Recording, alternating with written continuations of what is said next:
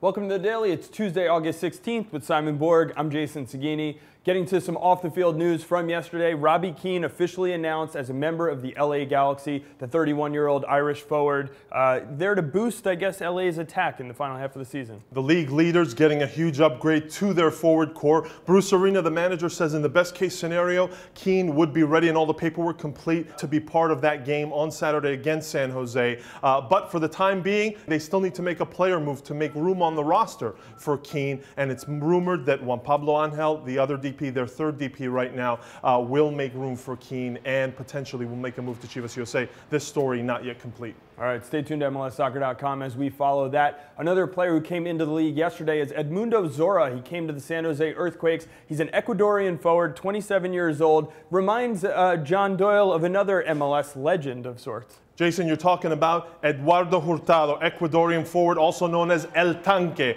In the early years of MLS, netted a bunch of goals. Why was he El Tanque? Big, strong, hard to knock off the ball, and scored a bunch of goals. And the Quakes need Zura to be that target forward.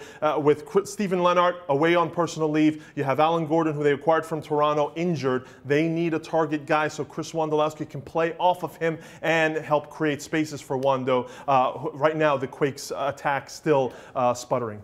All right, well, it's off the field news. Let's move to the on the field news. There's two games tonight. Champions League group stage kicks off. Seattle is hosting Comunicaciones from Guatemala, and this game at CenturyLink tonight, is this a big opportunity for Seattle to get some points early? Yeah, what we've learned from Champions League play over the last few years is that in the group stage, you need to rack up the points at home. Seattle didn't do a good job of that early on last year, and that really set them off the pace. They need to do it against the Comunicaciones side, who Sigi Schmidt says is young, they're quick, they're going to want to play. Seattle has to take advantage of that youthfulness. All right, that game's at 10 p.m. Eastern Time on Fox Soccer Channel. The other game is actually being played at the same time, but will be tape delayed afterwards at midnight, and that's LA against Motagua, who's the champions of Honduras. Now, Motagua, a different type of opposition for the Galaxy. They're more experienced. They're more of a wily veteran group. So the Galaxy will have their hands full. Guys like Amado Guevara, MVP in MLS. Landon Donovan was talking about him and the difference he makes on that team. So it's going to be a difficult matchup for LA. They're again at home, though. They need to make it count. Yeah, you remember LA did not perform very well